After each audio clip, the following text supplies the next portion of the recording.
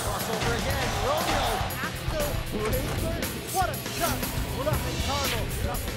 Going left, going right, and straight to down! Right now, he's unstoppable. JC is down. Skies for that dunk. Down low. Buster jam! Thompson, the great Zilla for the turn! Ball round number 3. That's a big shot. Wow. There's an alley-oop! Love with a rim rambler! Webber waiting down low. Two-handed. And then Kraken going down. Spider-Man. Use some atake. Slam dunk. And descend to this crowd roar! Bakbakan ang Blackwater Elite at ang Star Hotshots. Ito na nga, ready na ang dalawang imports. Denzel Bowles, slightly older, 26 years old, but a grizzled veteran as far as the PBA is concerned. Sanay na yan sa tawagan dito sa atmosphere as well as his teammates. So that's the edge he has over MJ Red. Nagsimula na ating aksyon, simula na tagisan ng tunay na lakas. Cobra, gusto ko pa. James Yap starting off with the hot shots, and look at that move. Who's going to stop him in that move of his? First 2 points of the ball game, a possible 3-point play. We have to mention, partner, the Star Hot Shots are playing with 2 guys that are injured that can really help their team. We're referring to the big man Taha, and of course Alex Malyari, who can play the 2 and also play the 1 position for them. So that's very important, the fact that he hasn't been able to play for the Star Hotshots. Tama yun. And then, especially Malyari na regular part ng kanilang rotation for the past 2 seasons. So they're really waiting for him to come back. In the meantime, however, may kailangan mag-step up. And, you know, Maliksi has played well. So has PJ Simon. Of course, si James Yap na. Yun yung hinahanap nila. You know, the usual production na naibibigay ni big game. He gets called for his first personal. 3-0 at his score. Foul counted agad yung unang attempt ni Denzel Bowles. And he will be aggressive sigurado sa larong ito. JP Aram, open from 16 feet. And the big man showing he can hit it from outside. Yeah, he has been very consistent with the jumper from 15, 16 feet. Of course, he missed his second game due to a concussion. Pero nakabalik naman siya noong last game. Not very impressive, obviously, having to go up against bigger imports now. Marokay nilabas. James Yap, the fake. Inilapit, one-hander. It rolls out and Rhett gets his first rebound of the game. On the floor right now, Mike Cortez is in there with Carlo Laftimosa, Arthur De La Cruz, ang kanilang rookie, JP Aram and MJ Rhett. De La Cruz loses the ball. It's up ahead to PJ Simon. Loft the handle, and they turn it over. Kung naghahanap kasi kaagad ka ng foul, no, you have to really make the action to go strong to the basket. You want to get the call from the refs. Laftimosa sumubok mula sa labas. That's a miss. Here come the yellow shirts once again. Alam mo itong lineup na nasa loob for Coach Jason Webb. That lineup has won a championship together. And a bunch of really productive players during that Grand Slam run. Coach pa nila si Tim Cone. That's right. 5-2 is the count in favor of the Star Hotshots. Well, aggressive is James Yap. Second attempt niya yan. 1 out of 2 so far. With that one-hander, JP Aram. That's a lifting, by dribbling violation ang tawag nila rito. But we used to call that lifting. Yeah. And that results in a turnover. So balik ang bola sa Star Hotshots. Coach Leo Isaac, you know, it may not translate to many wins. Pero nakita natin kahit nung first conference pa lang, fighting squad na itong Blackwater. Hindi na yung nagpapaiwan, hindi na natatambakan basta-basta. Well, they made some changes into this team, you know, by giving up some of their other players. They were able to get Cervantes, who's really helped their team, plus Lastimosa. That's a good block by Aram, pero hindi umaayaw dito si Denzel Bowles. Right. And finally, a foul is called, I think, on Aram. And persistence. Ano, naging veterano na rin talaga si Denzel Bowles. Doesn't mind getting blocked. He gets the ball back, keeps fighting for it. Kaya naman naka-second chance attempt siya ron. And now he's at the line for 2 attempts. He made his first free throw on that 3-point play. This is his second attempt. Alam mo, in professional basketball, obviously, a lot more contact is allowed by the league itself. No? So, as a player, kailangan talaga matuto kang lumaban doon sa loob. Pero look at no boxing out tactics there. Swerte pa doon ng Blackwater, hindi sila natamaan ng reverse three-point play. Tama yun, nag-bentis yung jumper ni Denzel Bowles. That's one department na si Denzel Bowles has been very inconsistent sa kanyang free throw shooting. Lastimosa, naghahanap ng espasyo. Sumabit sa ere. Pilitan tira, second chance attempt. That's a traveling violation. You're right, Doc. Pero pinipilit ng mga coaching staff na tumama sa side. So, dapat yun, tuloy na yun, no? That he could rebound his own miss. And they're still protesting dito kay referee Herrera. Pero si Peter Balaw ang tumawag yata. I think it was Peter or Jimmy. Denzel Bowles. Passes to the corner, off target. Ang kanyang pagpasa, pagpunta kay Mark Baroka. Pero not very good spacing there. Baroka, having played with this guy, you know where you're going to be spotted at, you know, where he's going to throw the ball to you. 6-2 ating score, 8 minutes and 57. First quarter action pa lang po sa ating Wednesday doubleheader. That's a miss from outside, JP Eram. So Blackwater, hirap na makakuha ng punto. First few minutes sa ating laro. Baroka open from 3. Then he knocks that one down. That's brought to us by Oppo F1. Selfie expert. The score is 9-2. 8:42 natitira. Napatawag ng timeout si Coach Leo Isaac. Hold your man. Stand baseline. You have to react quickly. Okay, on the post. On the post, you have to react right away there. The double's right there. Okay, now, James Yap gets the ball. You close out. Close out. Don't bite the pig. Don't bite the pig. Okay, close out long. Don't bite the pig. Okay, let's go. Novotel, JC Premier, Araneta. Welcome back to the PBA. This is the Pure Foods against the Blackwater Elite, and now Pure Foods has been holding on to their field goal shooting, but this went down during their previous game against NLEX, and that is why the players took their time earlier before the game to do extra shooting, and also the team finds that they lack intensity in individual defense and also in bench production. That is why we will expect to see a reshuffling in rotation for the Star Hotshots, hoping that they can balance out their energy throughout the game. Now let's turn you over to our panel. Thanks a lot. That's Sel Guevara, ating kasama at courtside. At you know, if you're gonna assess yung report ni Sel, Doc, parang ang daming problema ng Star Hotshots. Yeah, because you already like 4 points, no? Pag-apat ang puntos na kailangan ayusin mo. I expected this. You know why? That's the first attempt of that import, si MJ Red. The local players were shooting and he never touched the ball in the first few plays. So, siyempre magagalit ang coach. Hindi, lalo na bakita na niya na hindi na naman siya umi-score, marunong din siya mamasa. Correct. Naka-double digits passing na sa last time out. So he could be a facilitator. But right now, Simon, nowhere to go. Finds James Yap, release from 3. Swak yan! 3-point shot brought to us by Oppo F1. Selfie expert, 2 threes already para sa Star. It's a 10-point lead. Well, you know, if you want James to score, you gotta give him minutes. And that, I think, is the only thing that he's asking. And an offensive foul. You know, I really expect them to clamp down on the import. You know, he had good numbers the other day, but this is a test. Dahil ito, iba na kalaban mo rito. This is a Star team that's known for its defense. They have one of the better imports kasi karamihan nun na magagaling. Puro out eh. Coliseum out, Dozier out, you know. Yun ang mga former MVPs na hindi makakalaro for the meantime. Ayan, si James Yap, pumig. Iniwan para kay Ping. Yun na nga, dalawang big boys standing inside that shaded area. And you can see Ping points over to his buddy James Yap and says, okay tira mo na pare.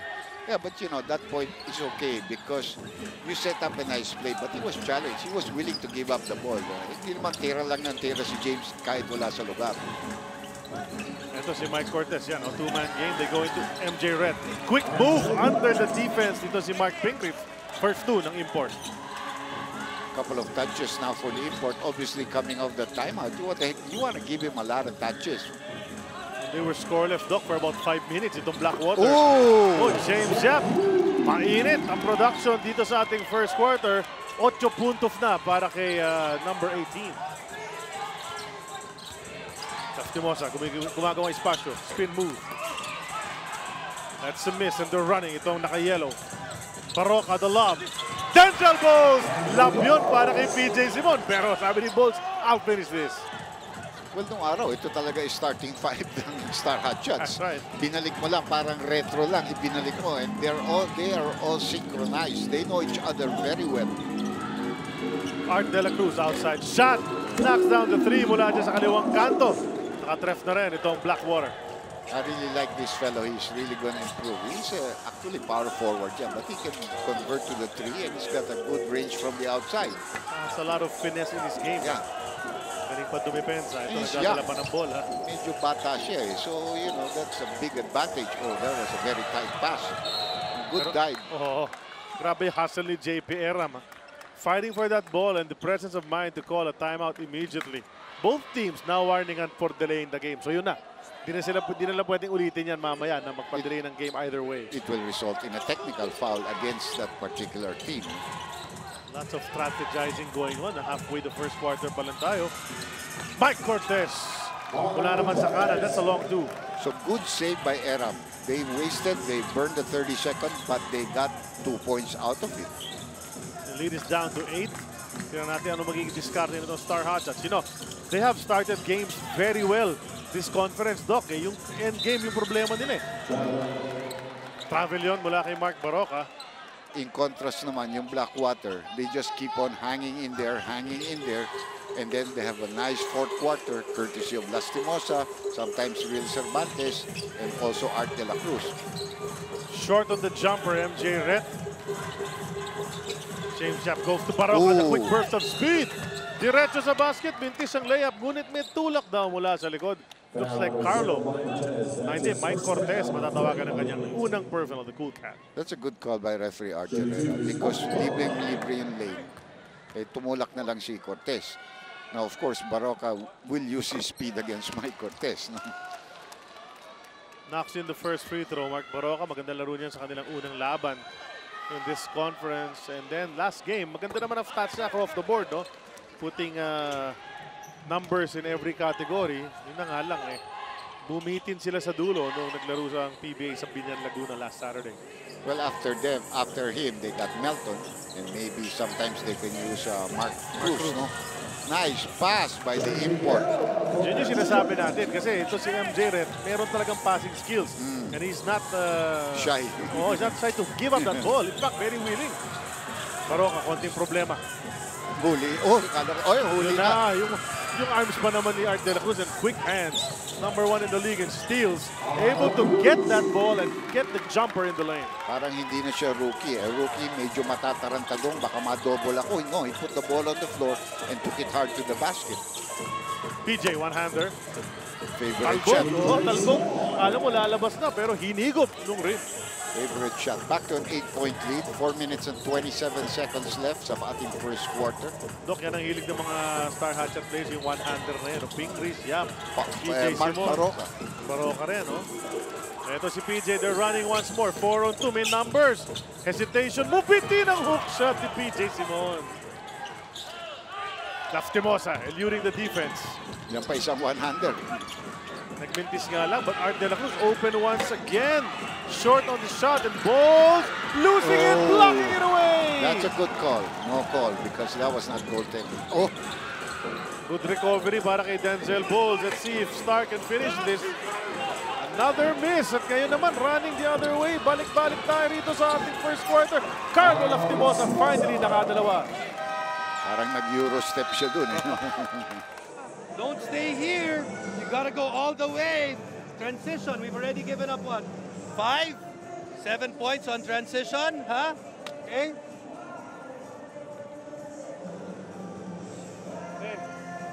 Hey, wait, guys. Pag humilp si D, yung tao nyo dito, baba kayo. Yeah, Mark, that was you, huh? Mark, that was you, huh? That was, I-remind ko na kayo kanina. No, kanina. From right. Denzel, humilp. There's a guy here. Mark, that was you. You gotta be able to. Mas malaki yung sa TNT.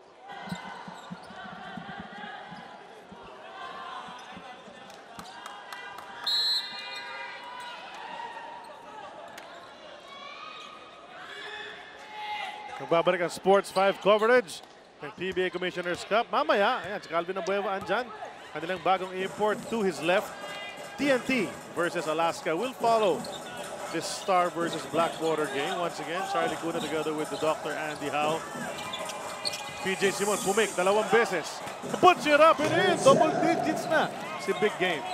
James has 10 points right now. Terrific field goal percentage. No? Shooting confidently to start the game. He's not an MVP for nothing. Two-time. Two-time pa pala. Di na save the Denzel Bulls. So 10 seconds to shoot for the white shirts. That's going to be a delay of game warning, and that's going to be a technical foul. Technical nga yan.